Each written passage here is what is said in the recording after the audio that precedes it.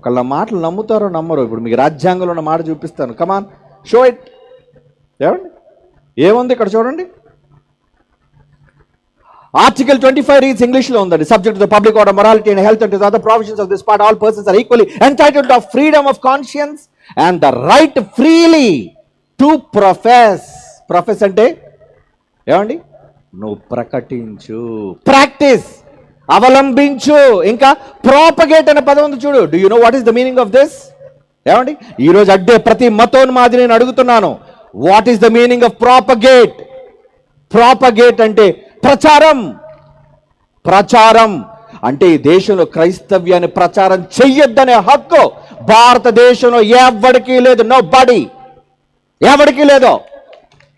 ఎవరు అడ్డడానికి, వద్దని చెప్పడానికి భారత రాజ్యాంగం ఇచ్చిన హక్కు. అమాయకుడని క్రైస్తవుడు